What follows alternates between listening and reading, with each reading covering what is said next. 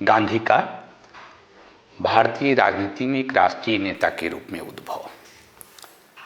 गांधी के राष्ट्रीय नेता के रूप में जो उद्भव की प्रक्रिया है, इस प्रक्रिया को आज हम समझने का प्रयास करेंगे।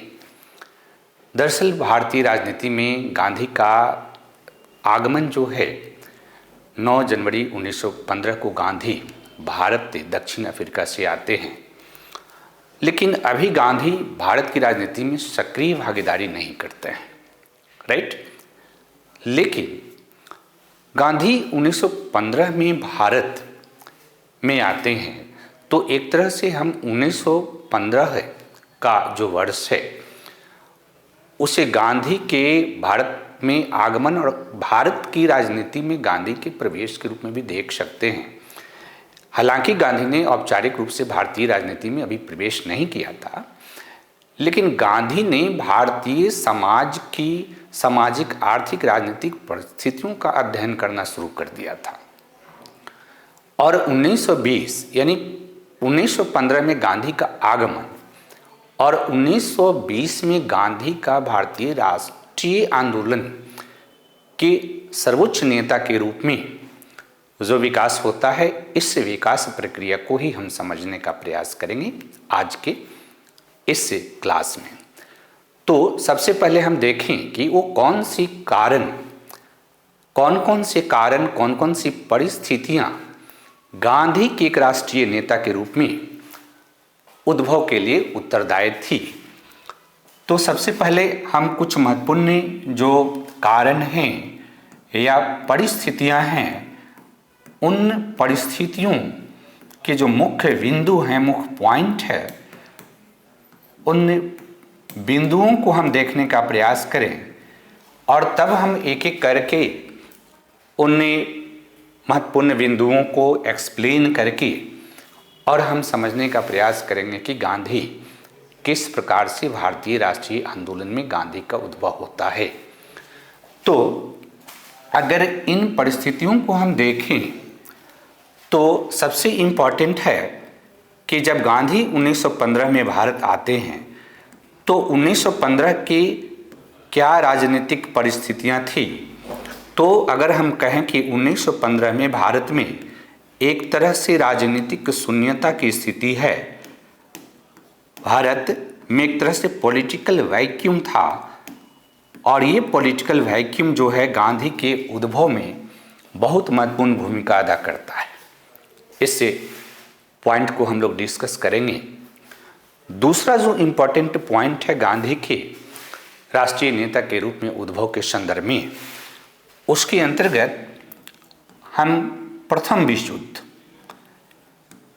युद्ध का जो प्रभाव है, खास करके भारत की अर्थव्यवस्था, भारतीय समाज एवं राजनीति पर प्रथम विश्व युद्ध का जो इम्पैक्ट होता है, वह इम्पैक्ट जो है भारत में गांधी के एक राष्ट्रीय नेता के रूप में उद्भव में बहुत ही महत्वपूर्ण भूमिका अदा करता है। और तीसरा इम्पॉर्टेंट जो पॉइंट है कि इस समय कुछ अंतर्राष्ट्रीय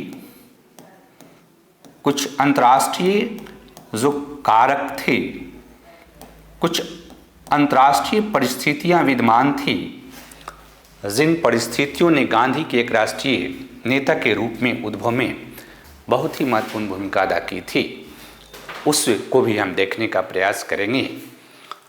और चौथा कि कुछ इम्पॉर्टेंट जो क्षेत्रीय आंदोलन हैं, उन क्षेत्रीय आंदोलनों में गांधी ने पार्टिसिपेट किया और उन आंदोलनों का गांधी के एक राष्ट्रीय नेता के रूप में उद्भव में महत्वपूर्ण भूमिका थी। और सबसे इम्पॉर्टेंट अगर बात करें तो स्वयं गांधी की भूमिका, राइट। कोई भी राजनेता अगर अपने समाज में अपनी राजनीतिक के सिद्धांत, राजनीतिक क्रियाकलाप, राजनीतिक रणनीति, राजनीतिक तकनीक के माध्यम से अपने आप को अगर सर्वोच्च नेता के रूप में स्थापित करता है तो उस नेता की खुद की जो भूमिका है वो बहुत महत्वपूर्ण होती है, राइट। तो इन 5 प्रमुख बिंदुओं के माध्यम से हम समझने का प्रयास करेंगे कि 1915 ईस्वी में गांधी का भारत में आगमन होता है और 1920 में गांधी जो है भारत के एक सर्वोच्च नेता के रूप में अपने आप को स्थापित कर लेते हैं। इन प्रमुख बिंदुओं को हम समझेंगे और इसी के माध्यम से हम इस बात को स्पष्ट करेंगे कि किस प्रकार से गांधी भारत के एक सर्वोच्च राष्ट्रीय नेता के रूप में विकसित होते हैं। तो फर्स्ट इंपॉर्टेंट जो पॉइंट है जिसको हम लोग देखें,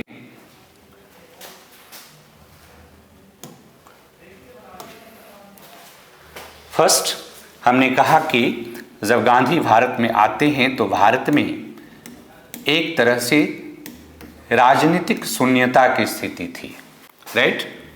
पॉलिटिकल वैक्यूम था भारत में और ये राजनीतिक शून्यता की स्थिति खास करके 1915 में जब गांधी भारत आते हैं तो भारतीय राजनीति में एक तरह से पॉलिटिकल वैक्यूम थी।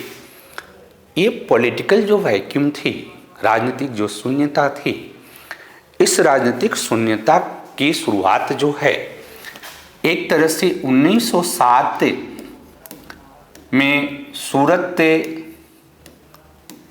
में कांग्रेस के विभाजन के साथ शुरू हुई थी, क्योंकि सूरत में कांग्रेस का विभाजन हुआ और कांग्रेस का जो विभाजन हुआ, इस विभाजन के फलस्वरूप कांग्रेस 2 प्रमुख गुटों में विभाजित हो गई, एक नरमपंथी और दूसरा गर्मपंथी।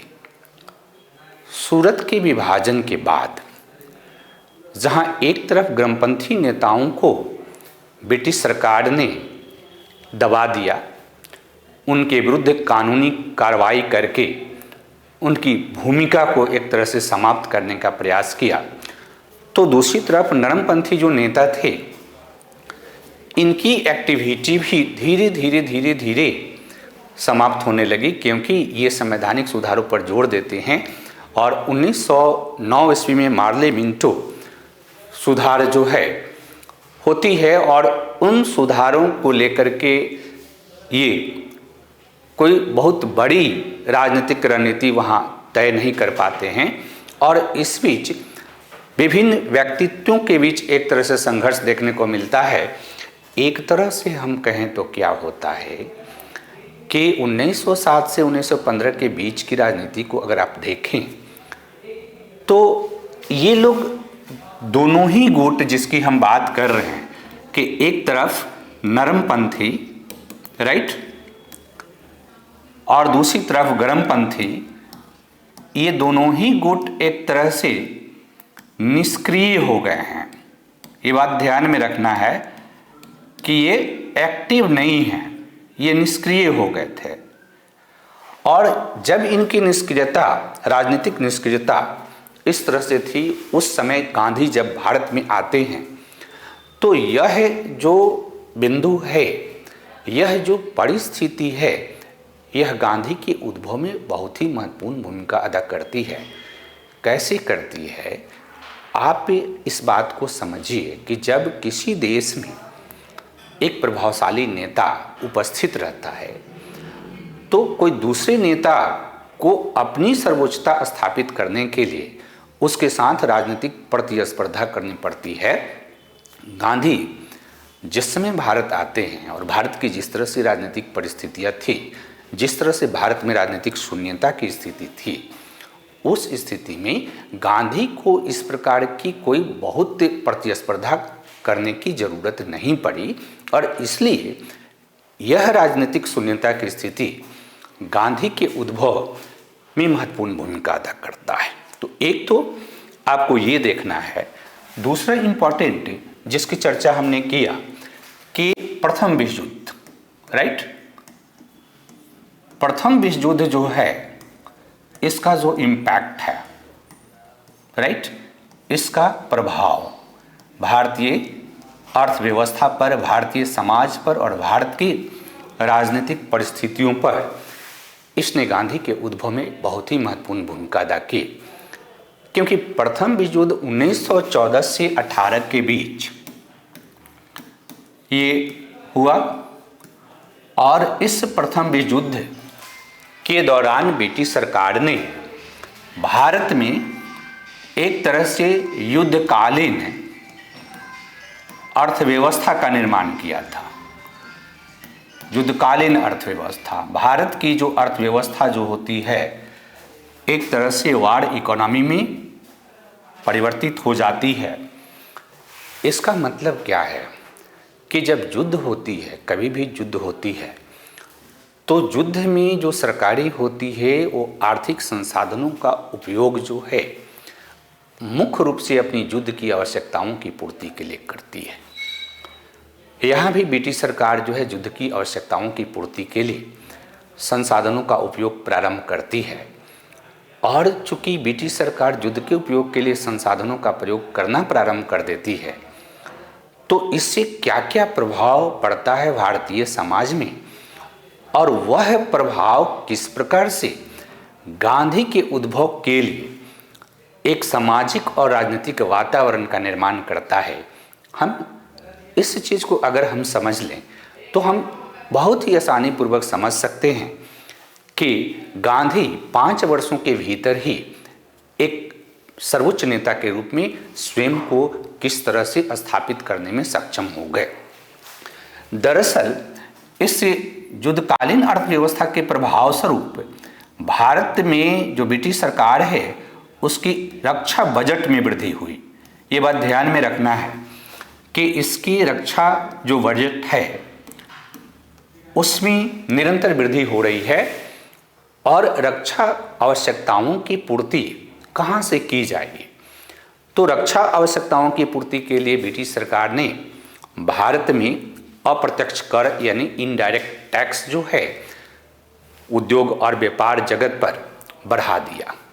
एक तो ये काम किया, जो इनकम टैक्स है उसमें भी बढ़ोतरी की गई और इसके माध्यम से संसाधन का संग्रहण करने का प्रयास किया ब्रिटिश सरकार ने ताकि युद्ध की आवश्यकताओं की पूर्ति किया जा सके। इसका प्रभाव क्या पड़ा? अगर आप रक्षा बजट में वृद्धि करते हैं, आप टैक्सेशन में वृद्धि करते हैं, अगर टैक्सेशन आप बढ़ाते हैं तो इसका वृद्धि क्या होता है कि इससे मुद्रास्फीति की वृद्धि होगी और ये हुआ। मुद्रास्फीति की वृद्धि लगातार 1914 से लेके 18, 19, 20 उसका बाद तक भी इम्पैक्ट दिखाई देता है। क्योंकि युद्ध के कारण क्या हुई कि जो उपभोक्ता वस्तुओं की स्थिति थी उसमें कमी आने लगी, क्योंकि उसकी पूर्ति मुख्य रूप से युद्धकालीन आवश्यकताओं की पूर्ति के लिए किया जाने लगा। उपभोक्ता वस्तु जो है, जो सैनिक हैं उनके लिए सुरक्षित रखा जाने लगा। इसके कारण वस्तुओं की कमी हुई। और दूसरा इंपॉर्टेंट है कि अगर युद्ध चल रहा है तो उससे आयात भी प्रभावित होता है। तो आयात प्रभावित हुआ, उसके कारण एक तरह से उपभोक्ता वस्तुओं और खाने पीने की वस्तुओं के मूल्य में वृद्धि दिखाई देती है। और खाने पीने के मूल्य में जब वृद्धि होगी, अगर मुद्रास्फीति ज़्यादा बढ़ेगी, तो इस हैवी टैक्सेशन और मुद्रास्फीति ये दोनों का भार किस पे पड़ेगा? इन दोनों का भार आम जनता पर पड़ता है, राइट। ये बहुत महत्वपूर्ण है, इसको आपको समझने की ज़रूरत है। और जैसे ही इन दोनों का भार आम जनता पर पड़ेगा तो आम जनता में असंतोष का सृजन होगा, राइट। जैसे आप देखिएगा कि जो युद्धकालीन भारतीय समाज है, उस युद्धकालीन भारतीय समाज में ब्रिटिश सरकार के प्रति असंतोष उत्पन्न होती है। और यह असंतोष ग्रामीण क्षेत्रों में भी है और शहरी क्षेत्रों में भी है। यह असंतोष किसानों में भी है, मजदूरों में भी है, शिक्षित मध्यम वर्ग में भी है और छोटे दुकानदार, छोटे व्यापारियों में भी है। ये असंतोष उनमें बढ़ती है। इसके अलावा जो सबसे महत्वपूर्ण चीज़ क्या हुआ कि युद्ध की आवश्यकताओं की पूर्ति के लिए जो भारत सरकार है, ब्रिटिश सरकार जो है, ये भारत से अनाज का निर्यात कर रही थी, राइट। खाने पीने का जो अनाज है या खाद्यान्न का निर्यात कर रही थी। अब इसमें एक महत्वपूर्ण चीज़ ये है कि 1918-19 में भारत में जो फसल है, इस फसल उत्पादन में कमी होती है, राइट। काफ़ी कमी होती है फसल उत्पादन में। और इसी समय भारत में इन्फ्लुएंजा नामक बीमारी भी पैदा होती है, महामारी, और एक तरह से अकाल की स्थिति उत्पन्न हो जाती है, अकाल जैसी स्थिति उत्पन्न हो जाती है। लेकिन इस स्थिति में भी जो ब्रिटिश सरकार है, वह ब्रिटिश सरकार जो है भारत से लगातार खाद्यान्न का निर्यात कर रही थी और इस खाद्यान्न निर्यात के कारण जो खाद्यान्न वस्तुएं हैं उनकी मूल्य में और वृद्धि होती है, और उनके मूल्य में वृद्धि होती है, इससे आम जनता में और ज़्यादा असंतोष का सृजन होता है। एक और चीज़ प्रथम विश्व युद्ध में ब्रिटिश सरकार ने किया कि उन्होंने जो सेना है, तो सेना में जबरन भर्ती, राइट, ये जबरन भर्ती उन्होंने सेना में प्रारंभ किया। नौजुकों को, ग्रामीण क्षेत्रों के नौजुकों को ज़बरदस्ती पकड़ करके और सेना में भर्ती करते थे। और ये प्रक्रिया पंजाब और हरियाणा और पश्चिम उत्तर प्रदेश, ये सब जो इलाके हैं, इसमें कुछ ज़्यादा ही था। तो सेना में जब लोगों की जबरन भर्ती की जा रही थी, तो इसके चलते लोग बचने का भी प्रयास कर रहे थे, क्योंकि युद्ध के समय में सेना में कोई जाना नहीं चाहता है उस समय। और इसका भी कृषि उत्पादन पर बड़ा प्रतिकूल प्रभाव पड़ा, क्योंकि जो पुरुष थे, जो यंग जो लोग थे, उनके जबरन भर्ती के कारण छुप रहे थे, और इसलिए कृषि की जो प्रक्रियाएं थी, खास करके पंजाब वगैरह के क्षेत्रों में, हरियाणा वगैरह के क्षेत्रों में, वो अवरुद्ध हुई। महिलाओं ने वहाँ पर कृषि कार्यों को संभालने का प्रयास किया, लेकिन इससे असंतोष का सृजन होता है, राइट। ये बड़े पैमाने पर जो असंतोष का सृजन हुआ, जिसके कारण ब्रिटिश सरकार के प्रति एक आम असंतोष दिखाई देती है। और इस असंतोष की अभिव्यक्ति कुछ क्षेत्रीय आंदोलनों में होती है, जिसकी चर्चा हम करेंगे, जैसे चंपारण सत्याग्रह हो या खेरा सत्याग्रह हो, या अहमदाबाद के जो सूती वस्त्र मिल हैं उनके मजदूरों का जो आंदोलन हो। ये आंदोलन जो कृषक आंदोलन है, जो मजदूर आंदोलन है, ये इस प्रकार के असंतोष की अभिव्यक्ति करते हैं। और इसलिए ये जो परिस्थितियां हैं जो युद्ध के कारण उत्पन्न हुई, इसने भारत के लोगों में एक ऐसी मनस्थिति का सृजन किया कि ब्रिटिश सरकार जो है इन सारी समस्याओं के लिए रिस्पॉन्सिबल है। यहाँ तक कि जो शिक्षित मध्यम वर्ग, जो ब्रिटिश सरकार के सभ्यता मिशन से प्रभावित था, जो यह सोचता था कि ब्रिटिश सरकार में उनको रोजगार मिल जाएगा, अब उनके भ्रम भी प्रथम विश्व युद्ध के प्रभाव स्वरूप टूटते हैं। और खास करके शिक्षित जो युवा वर्ग है, यूथ है, उसमें भी ब्रिटिश सरकार के प्रति असंतोष का सृजन होता है। और इस असंतोष के सृजन ने गांधी के राष्ट्रीय नेता के रूप में उद्भव की एक बैकग्राउंड का निर्माण किया, एक ऐसा सामाजिक राजनीतिक वातावरण इससे प्रथम विश्व युद्ध ने सृजित किया, जिसने गांधी के उद्भव में बहुत ही महत्वपूर्ण भूमिका अदा की। इसके अलावा अगर हम बात करें कि कुछ अंतर्राष्ट्रीय जो परिस्थितियां हैं, अंतर्राष्ट्रीय जो कारक हैं, उन अंतर्राष्ट्रीय कारकों का भी गांधी के एक राष्ट्रीय नेता के रूप में उद्भव में बहुत ही महत्वपूर्ण भूमिका अदा करता है। इसमें कई हैं, लेकिन दो महत्वपूर्ण कारकों की चर्चा हम यहाँ पर करेंगे।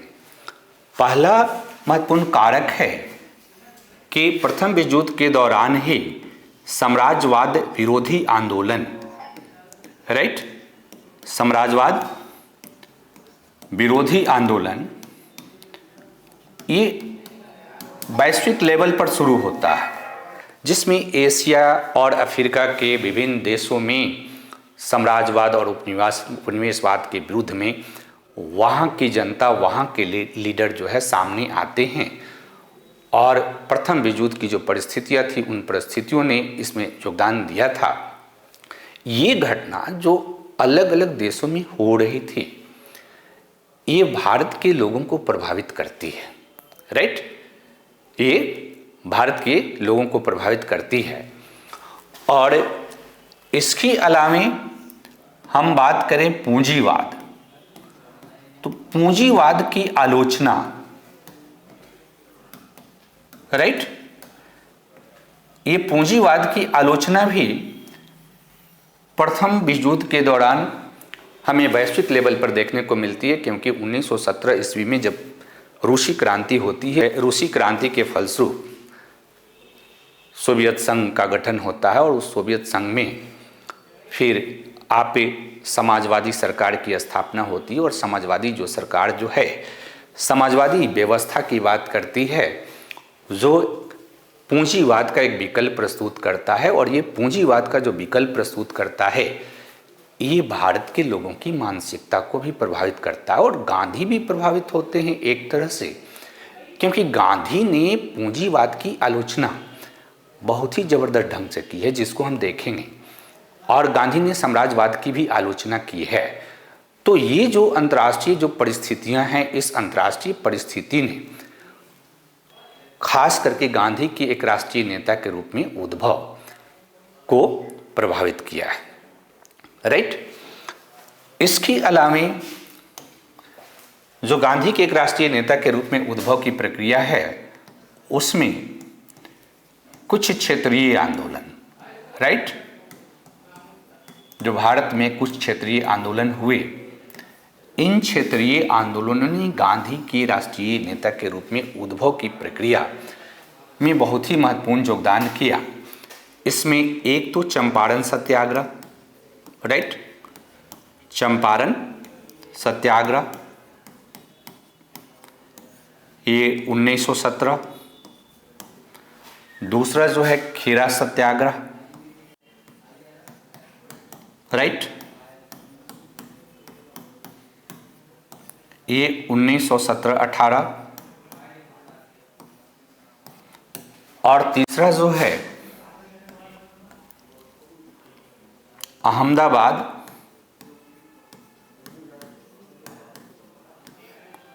मिल मजदूरों का आंदोलन,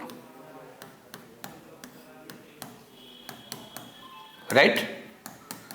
ये तीन महत्वपूर्ण आंदोलन होते हैं, राइट, ये 1918 ईस्वी में। अब यहाँ संदर्भ ये देखना है कि चंपारण सत्याग्रह या खेरा सत्याग्रह या अहमदाबाद मिल मजदूरों का ये आंदोलन जो है ये प्रथम विश्व युद्ध से भी प्रभावित थे। प्रथम विश्व युद्ध ने जिस प्रकार की आर्थिक राजनीतिक संकट का सृजन किया भारत में, उसके कारण ये तीन प्रमुख आंदोलन होते हैं। हालांकि इन तीनों प्रमुख आंदोलन को आप देखेंगे तो इन आंदोलनों का नेतृत्व स्थानीय स्तर पर नेताओं के द्वारा किया जा रहा था। और बिहार में जो चंपारण सत्याग्रह है, बिहार के चंपारण में, ये पहले से ही यहाँ के जो लोकल नेता हैं राजकुमार शुक्ल के नेतृत्व में, खेडर राय या संत राउत या जेबी कृपलानी या ब्रजकिशोर प्रसाद, इन लोग के नेतृत्व में एक तरह से आंदोलन चल रही थी जो तीनकठिया व्यवस्था के विरुद्ध में आंदोलन थी। लेकिन ये आंदोलन बढ़ती है प्रथम विश्व युद्ध के कारण, जो परिस्थितियां क्रिएट होती है उसके कारण यह आंदोलन ज़्यादा प्रभावशाली होती है। लेकिन इस बीच जब 1917 में राजकुमार शुक्ल के पहले से ही राजकुमार शुक्ल ने 16 में ही गांधी से आग्रह किया था कि वो आएँ और इसको नेतृत्व प्रदान करें। 1917 में गांधी जी इस आंदोलन में पार्टिसिपेट करते हैं और गांधी जब इस आंदोलन में पार्टिसिपेट करते हैं तो गांधी ने इसमें अपने सत्याग्रह की रणनीति का उपयोग किया। राइट, हम इससे चंपारण सत्याग्रह को आगे के टॉपिक में डिटेल देखेंगे। यहाँ केवल हमारा संदर्भ है कि किस तरह से यह गांधी के उद्भव में महत्वपूर्ण भूमिका अदा करता है। तो जो क्षेत्रीय आंदोलन थे उसमें गांधी की भागीदारी और गांधी के नेतृत्व में इन क्षेत्रीय आंदोलनों ने जो सफलता प्राप्त की, उस सफलता ने गांधी के प्रति, गांधी की जो इमेज बनाई भारत के जनमानस में, वह इमेज बनाती है कि गांधी ही भारत को नेतृत्व कर सकते हैं, भारत को गांधी के जैसा नेता की जरूरत है। यहाँ पर गांधी सफल होते हैं। यहाँ पर उन्होंने अपने सत्याग्रह की रणनीति का प्रैक्टिकल उपयोग किया और सफल हुए। हालांकि दक्षिण अफ्रीका में भी वो सफल होकर आए थे, लेकिन एक क्षेत्रीय जो आंदोलन था वह आंदोलन राष्ट्रीय आंदोलन से संबद्ध होता है और पहली बार ऐसा लगता है कि आंदोलन के प्रभाव स्वरूप ब्रिटिश सरकार से अपनी मांगों को पूरा कराया जा सकता है। ये पहली बार ऐसा देखने को मिल रहा और चूंकि गांधी ने इसको नेतृत्व प्रदान किया इसलिए इसका क्रेडिट गांधी को जाता है और इससे गांधी के एक राष्ट्रीय नेता के रूप में उद्भव में बहुत ही महत्वपूर्ण भूमिका अदा किया। दूसरा, खेरा सत्याग्रह। ये खेरा सत्याग्रह भी स्थानीय नेताओं द्वारा, लोकल नेताओं द्वारा 1917 में ही जब उनके फसल का उत्पादन खराब हो गया था तो आरंभ किया गया था कर को माफ कराने के लिए, जिसका नेतृत्व मोहनलाल पांड्या जैसे लोकल नेता कर रहे थे। लेकिन 1918 में उन्होंने गांधी जी से आग्रह किया और गांधी जी इसमें पार्टिसिपेट करते हैं और अल्टीमेटली यहाँ भी आंदोलन को सफलता मिलती है। और अहमदाबाद मिल जो मजदूर हैं ये वेतन में वृद्धि के लिए आंदोलन कर रहे थे, क्योंकि जब भी अहमदाबाद में प्लेग फैला था तो मिल मालिकों ने प्लेग बोनस जारी कर दिया था। लेकिन जब प्लेग समाप्त हो गया तो उन्होंने प्लेग बोनस को समाप्त कर दिया। इस स्थिति में जो मजदूर थे 50% वेतन की वृद्धि की मांग कर रहे थे।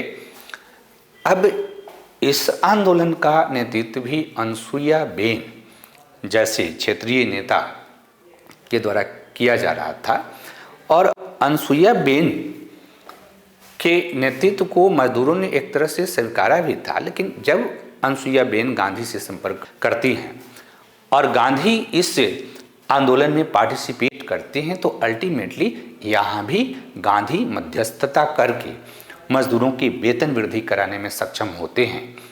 अल्टीमेटली इन तीनों आंदोलन से क्या रिजल्ट मिलता है?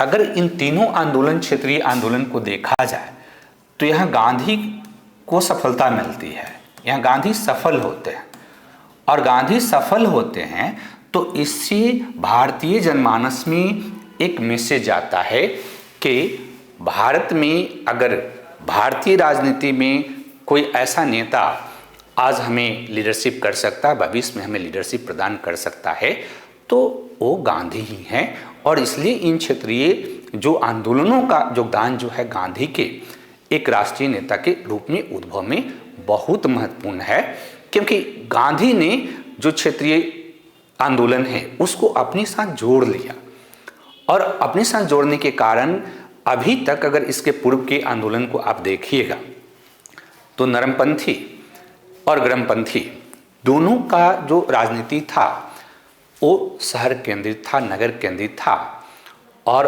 उनकी पहुंच शिक्षित मध्यम वर्ग में ही मुख्य रूप से थी। किसान, मजदूर जैसे जो वर्ग थे और खास करके जो ग्रामीण भारत था वह आंदोलन से एक तरह से अलग थलग था। गांधी ने यहीं पर इस बात को रीड भी किया कि अगर राष्ट्रीय आंदोलन को और ज़्यादा प्रभावशाली बनाना है तो हमें राष्ट्रीय आंदोलन को ग्रामीण आधार प्रदान करना होगा। राष्ट्रीय आंदोलन को जब तक हम गांव में नहीं फैलाएंगे तब तक हम ब्रिटिश सरकार से कुछ प्राप्त नहीं कर सकते हैं। तो ये दोनों ही तरह से यहाँ पर फायदेमंद हुआ कि एक तो गांधी ने इस बात को समझा कि भारत की अधिकांश जो जनता है वो गाँव में रहती है, और जब तक गांव के लोगों को हम आंदोलन में संबद्ध नहीं करेंगे जब तक हमें मास का सपोर्ट प्राप्त नहीं होगा तब तक ब्रिटिश सरकार पर भी हम दबाव नहीं डाल सकते हैं। और इसलिए ये तीनों आंदोलन गांधी के एक राष्ट्रीय नेता के रूप में उद्भव में बहुत ही महत्वपूर्ण भूमिका अदा करते हैं। लेकिन जो सबसे महत्वपूर्ण पहलू है कि कोई भी व्यक्ति अगर एक सर्वोच्च नेता के रूप में अगर डेवलप होता है तो उस व्यक्ति की क्या भूमिका रही, यानी यहाँ पर हम देखने का प्रयास करेंगे कि गांधी की जो भूमिका है, राइट, स्वयं को एक राष्ट्रीय नेता के रूप में स्थापित करने में, ये सबसे ज़्यादा महत्वपूर्ण है। क्योंकि जो परिस्थितियाँ थी, राजनीतिक शून्यता की स्थिति हो या प्रथम विश्व युद्ध के कारण जिस तरह की सामाजिक आर्थिक राजनीतिक परिस्थितियों का सृजन हुआ हो, या अंतर्राष्ट्रीय जो परिस्थितियां थी, या ये क्षेत्रीय जो आंदोलन थे, ये सभी ऑलरेडी हो रहे थे और भारत में कई ऐसे राजनीतिज्ञ थे। तो उन राजनीतिज्ञों ने इन घटनाओं, इन प्रक्रियाओं, इन परिस्थितियों का लाभ नहीं उठाए। गांधी ने ही क्यों ऐसा किया, राइट? ये मौका तो सभी के लिए था। तो गांधी एक सर्वोच्च नेता के रूप में उद्भव गांधी का होता है, उसमें परिस्थितियां काम करती है। लेकिन अगर सोचा जाए तो सबसे महत्वपूर्ण जो रोल है वो गांधी की है। गांधी की जो भूमिका है, अपने आप को एक सर्वोच्च नेता के रूप में स्थापित करना, अपने आप को जननेता के रूप में स्थापित करना और भारतीय राजनीति की दिशा को बदल देना। जो दिशा और भारत की राजनीति की जो विषय वस्तु थी, वो विषय वस्तु मुख्य रूप से उच्च शिक्षित मध्यम वर्ग तक केंद्रित थी, उसको भारत के सभी वर्गों में फैलाना, इस काम में गांधी ने अपनी महत्वपूर्ण भूमिका का अदा किया। और गांधी की जो ये भूमिका जो है, उनके स्वयं के सर्वोच्च नेता के रूप में विकसित होने में बहुत महत्वपूर्ण भूमिका अदा करती है। कैसे कि आप देखिए कि जब गांधी 1915 में गांधी ये भारत आते हैं, राइट, पहला चीज़। लेकिन जब 1915 में गांधी भारत आते हैं तो भारत आगमन के दौरान भी गांधी की एक अंतर्राष्ट्रीय छवि थी। गांधी ने दक्षिण अफ्रीका में सत्याग्रह के माध्यम से ब्रिटिश साम्राज्यवाद के विरुद्ध आंदोलन किया था, और गांधी ने दक्षिण अफ्रीका में सत्याग्रह के माध्यम से ब्रिटिश साम्राज्यवाद के विरुद्ध आंदोलन किया था और उसमें उन्हें सफलता मिली थी। और इस कारण से जब गांधी आते हैं तो उनकी एक अंतर्राष्ट्रीय छवि थी, और उस अंतर्राष्ट्रीय छवि का लाभ गांधी को मिलता है। लेकिन गांधी ने भारत में 1915 में आने के बाद तुरंत ही भारत की राजनीति में प्रवेश नहीं किया, बल्कि गांधी ने भारत को समझने का प्रयास किया, भारत के सामाजिक आर्थिक राजनीतिक परिस्थितियों को समझने का प्रयास किया। और जब गांधी इन परिस्थितियों को समझ गए तो उन परिस्थितियों को समझने के बाद गांधी ने भारत में एक वैकल्पिक राजनीति की शुरुआत की। यहाँ एक भारत में एक वैकल्पिक राजनीति की गांधी शुरुआत करते हैं, राइट, वैकल्पिक राजनीति, अल्टरनेटिव पॉलिटिक्स। देखिए, इसके पहले जो नरमपंथी आंदोलन था, जो ग्रामपंथी आंदोलन था, वह आंदोलन कोई खास सफलता नहीं प्राप्त कर सका था। लेकिन गांधी जब आते हैं 1915 के बाद, 1916 से जब सक्रिय गांधी होते हैं, उस बीच गांधी ने भारत की राजनीतिक परिस्थितियों का आकलन किया, भारत की सामाजिक परिस्थितियों का आकलन किया, भारत की आर्थिक परिस्थितियों का आकलन किया, और तब भारत में उन्होंने एक वैकल्पिक राजनीति का सूत्रपात किया। और ये जो वैकल्पिक राजनीति है, इस वैकल्पिक राजनीति का जो केंद्र था वो केंद्र था गांधी की सर्वसमावेशी दृष्टिकोण, राइट। गांधी एक इंक्लूसिव अप्रोच जो है भारत में राजनीति के संदर्भ में लागू करते हैं, एक इंक्लूसिव पॉलिटिक्स शुरू करते हैं, सर्वसमावेशी राजनीति की शुरुआत गांधी भारत में करते हैं। और ये सर्वसमावेशी राजनीति की जो गांधी शुरुआत करते हैं, इसमें गांधी ने इस बात को पूरी तरह से समझ लिया था कि अगर भारत में ब्रिटिश सरकार से अगर संघर्ष करना है, अगर ब्रिटिश सरकार को भारत से उखाड़ फेंकना है, तो हमें जनता के सभी वर्गों का समर्थन चाहिए। हम केवल शिक्षित मध्यम वर्गों के माध्यम से भारत को स्वतंत्र नहीं करा सकते हैं, हमें सभी वर्गों का साथ चाहिए। और सभी वर्गों के साथ के लिए गांधी ने जो राजनीति का विषय वस्तु बनाया, उसका जो मूल केंद्र बनाया, वो बनाया बहुलवादी संस्कृति, राइट। गांधी बहुलवादी संस्कृति के प्रति पूरी तरह से अवेयर थे। वे भारत के बहुलवाद से पूरी तरह सचेत थे और उनका मानना था कि अगर भारत में जनता को राष्ट्रीय आंदोलन से लामबंद करना है, जनता को राष्ट्रीय आंदोलन के साथ समूहबद्ध करना है, तो भारत की जो बहुलवादी संस्कृति है, मल्टीकल्चरिज्म है, उसको हमेशा बनाए रखना होगा। और इसलिए गांधी अपनी राजनीति का विषय वस्तु समाज के सभी वर्गों को एक साथ जोड़ने में अप्लाई करते हैं।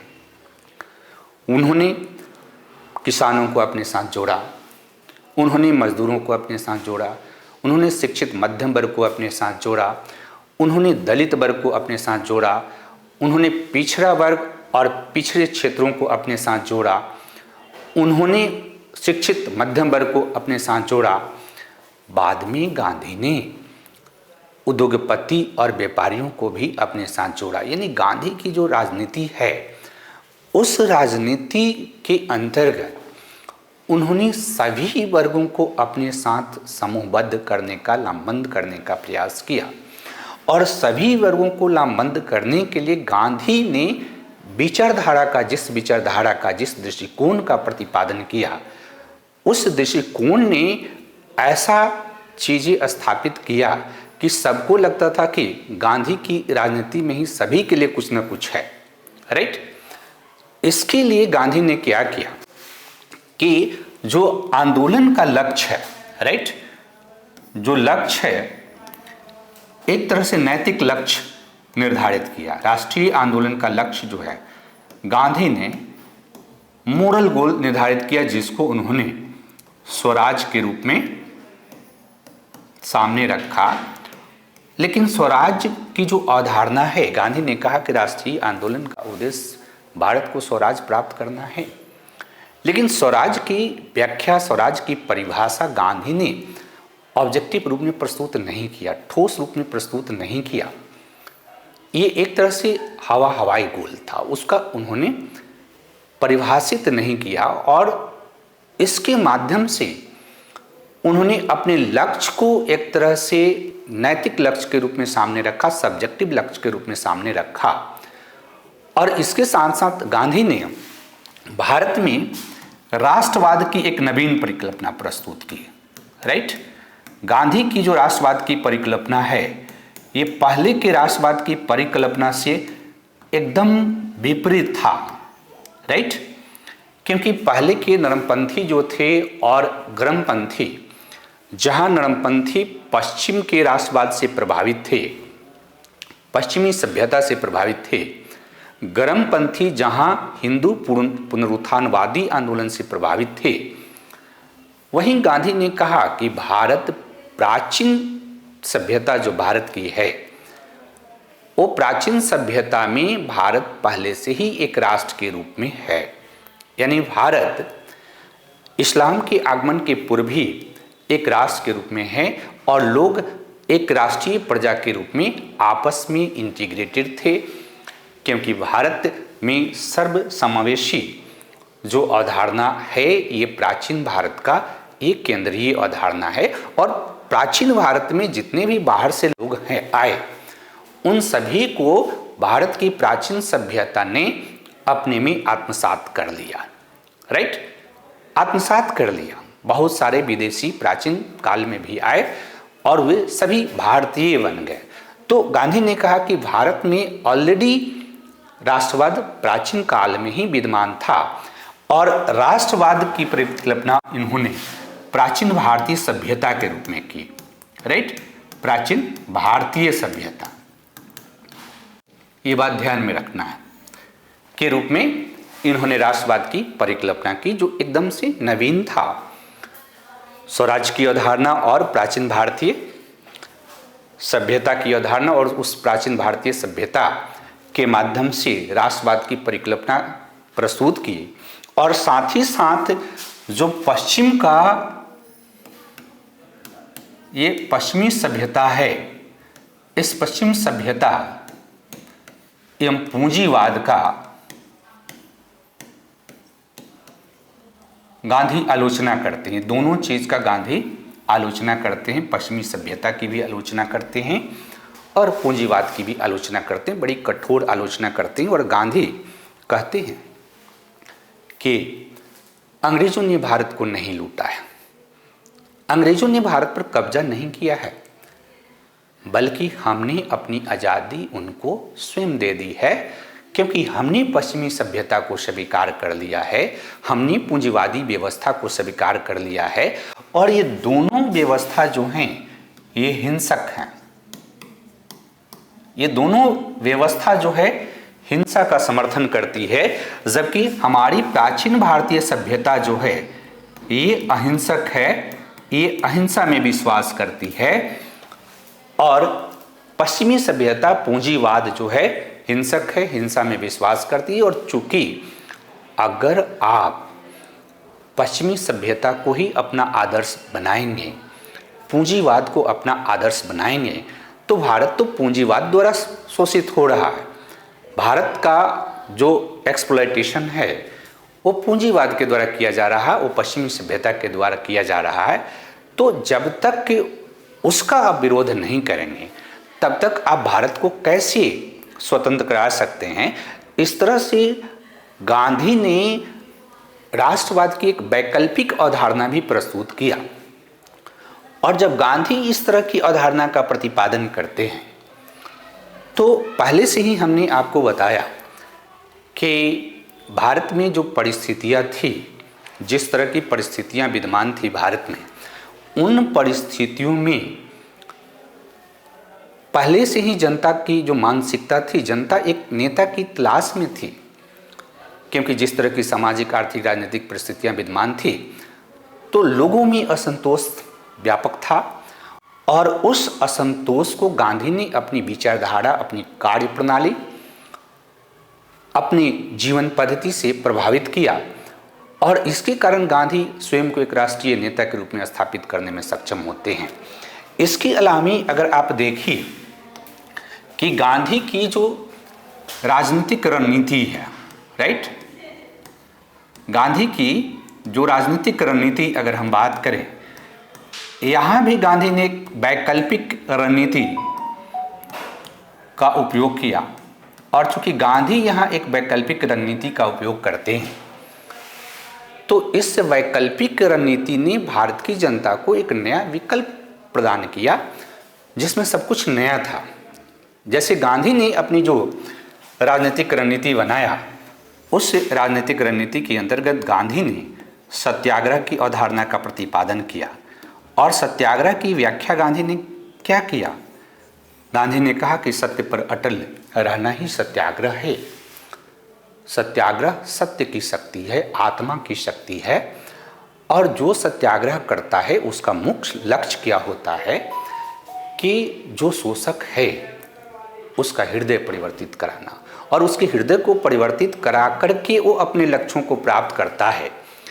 यह भी प्रक्रिया बड़ा सब्जेक्टिव है, ध्यान ये रखना कि प्रक्रिया बहुत ऑब्जेक्टिव नहीं है, हम किसी के हृदय को परिवर्तित कराएंगे और फिर अपने लक्ष्य को प्राप्त करेंगे। साथ ही साथ गांधी कहते हैं कि जो हमारा सत्याग्रही है उसमें कष्ट सहने की असीम क्षमता है और वह अहिंसा में विश्वास करता है।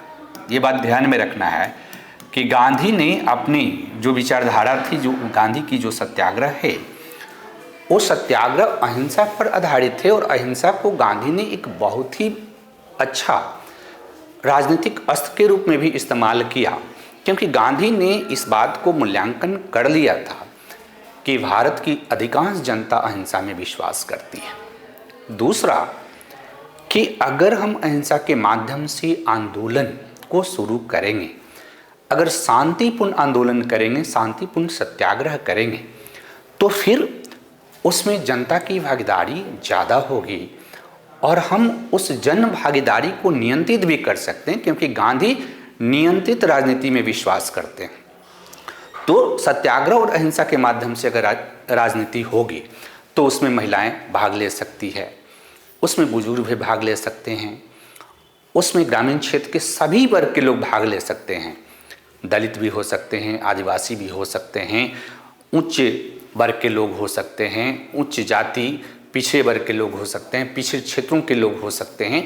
ये सभी वर्ग एक प्लेटफॉर्म पर, चूंकि अहिंसा की अवधारणा हम अगर उनके सामने रखते हैं तो सभी वर्ग जब एक जगह भीड़ इकट्ठा होगी और उस भीड़ को नियंत्रित करना बड़ा मुश्किल होता है नेता के लिए। लेकिन नेता जब अहिंसा को एक केंद्रीय विचारधारा के रूप में स्वीकार करता है तो उसको कंट्रोल करना भी बहुत ही आसान होती है। और साथ ही साथ क्या होता है कि अगर आंदोलन अहिंसक है और अगर सत्ता उस पर अत्याचार करती है, तो अगर सत्ता अत्याचार करती है तो सत्ता का जो अत्याचारी चरित्र है वो स्पष्ट होगा और उसकी प्रतिक्रिया फिर जनता में होगी और जनता की लामबंदी बढ़ जाएगी। राइट। इसके अलावा गांधी ने भारतीय जो राजनीति है उसमें सविनय अवज्ञा, राइट, इस सविनय अवज्ञा के कॉन्सेप्ट को गांधी ने लागू किया। अब एक चीज़ ध्यान ये रखना है कि गांधी ने कहा कि अगर कोई सरकार कानून का निर्माण करती है और वो कानून से जनता का शोषण होता है तो जनता को यह अधिकार है कि उस कानून का शांतिपूर्ण उल्लंघन करे। लेकिन गांधी ने कहा कि अहिंसक हम प्रतिरोध करेंगे, कानून का शांतिपूर्ण उल्लंघन करेंगे।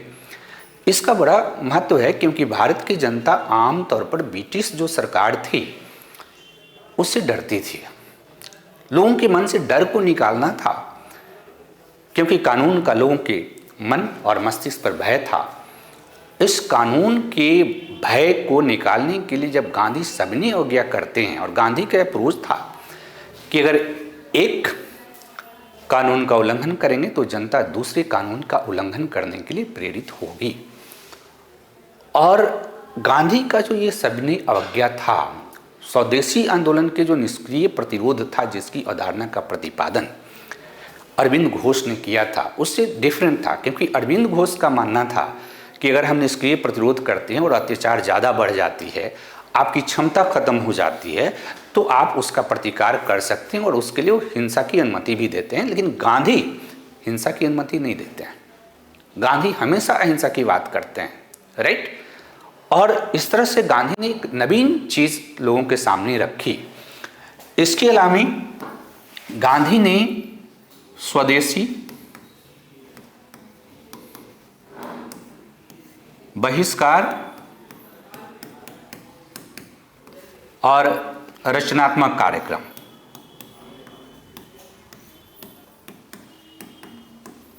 ये भी प्रस्तुत किया। हालांकि ये तीनों चीज स्वदेशी आंदोलन में था, लेकिन स्वदेशी जो आंदोलन है उसमें इसका व्यवहारिक उपयोग नहीं हो सका। लेकिन गांधी ने इसका व्यवहारिक उपयोग किया, और गांधी ने जब इसका व्यवहारिक उपयोग किया तो इससे जनता की लामबंदी गांधी की ओर होती है। जनता गांधी के साथ जुड़ती जाती है। इसके साथ साथ जो गांधी की जो वेशभूषा है, उन्होंने अपनी वेशभूषा अपने जीवन यापन के तरीके में परिवर्तन किया। गांधी सिंपल जीवन व्यतीत करने लगे। एक धोती पहनकर रहने लगे। गांधी ने संत की छवि ग्रहण कर ली। गांधी लोगों से लोक भाषा में बात करते थे। गांधी हिंदी में बात करते थे और गांधी बात करने के दौरान रामचरितमानस की पंक्तियों का रेफरेंस भी दिया करते थे। इससे एक तरह से गांधी ने धर्म एवं राजनीति के बीच थोड़ा सा तारतम्य स्थापित किया। लेकिन गांधी का धर्म का मतलब नैतिकता से था और गांधी ने इसके साथ ही साथ खिलाफत आंदोलन का समर्थन भी किया, जिससे हिंदू मुस्लिम एकता भी स्थापित हुई। ये समग्र जो चीज़ें गांधी कर रहे हैं, इससे भारत को एक नया विकल्प प्राप्त हुआ और जनता इसके प्रति आकृष्ट होती है और इस तरह से गांधी का एक इमरजेंस होता है एक राष्ट्रीय नेता के रूप में। और फलस्वरूप गांधी 1919 ईस्वी में राष्ट्रव्यापी आंदोलन रॉलेट सत्याग्रह के विरुद्ध शुरू करते हैं।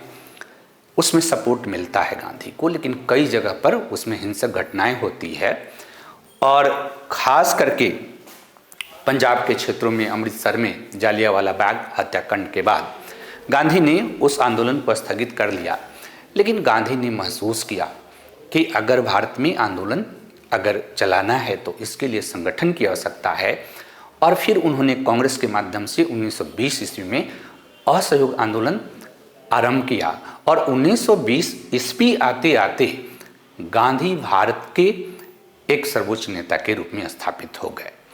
तो ये जो संपूर्ण चर्चा जो हम लोगों ने किया, जैसे गांधी स्वयं को एक राष्ट्रीय नेता के रूप में स्थापित करते हैं, इससे क्या हुआ कि गांधी की जो भी आइडियोलॉजी थी, जिस प्रकार की परिस्थितियां थी, उसे गांधी ने समाज के सभी वर्गों को जोड़ लिया और समाज के सभी वर्ग को जोड़ करके राष्ट्रीय आंदोलन को एक जन आंदोलन का स्वरूप प्रदान किया और गांधी स्वयं उस जन आंदोलन के जन नेता बन गए। और इस तरह से गांधी भारतीय राष्ट्रीय आंदोलन के अंतर्गत गांधी का उद्भव होता है। तो इस तरह से हम गांधी के उद्भव को समझ सकते हैं। Thank you.